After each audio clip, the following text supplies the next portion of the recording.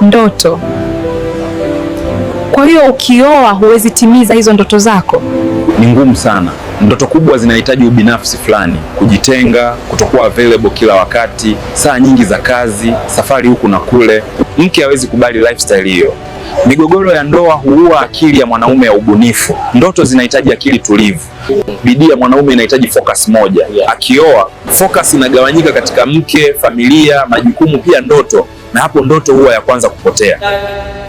Lakini wapo wanaotimiza ndoto zao baada ya kuoa. Ni wachache sana. Wanaume wengi husahau ndoto zao baada ya kuoa. Ndoto inageuka kuwa majukumu, maisha yanakuwa ya survival. Alitaka kuwa something, lakini anaishia kuwa nothing. Ndoa inaleta presence ya mtu mwingine ambayo inaweza kuvuruga system ya kupambania ndoto.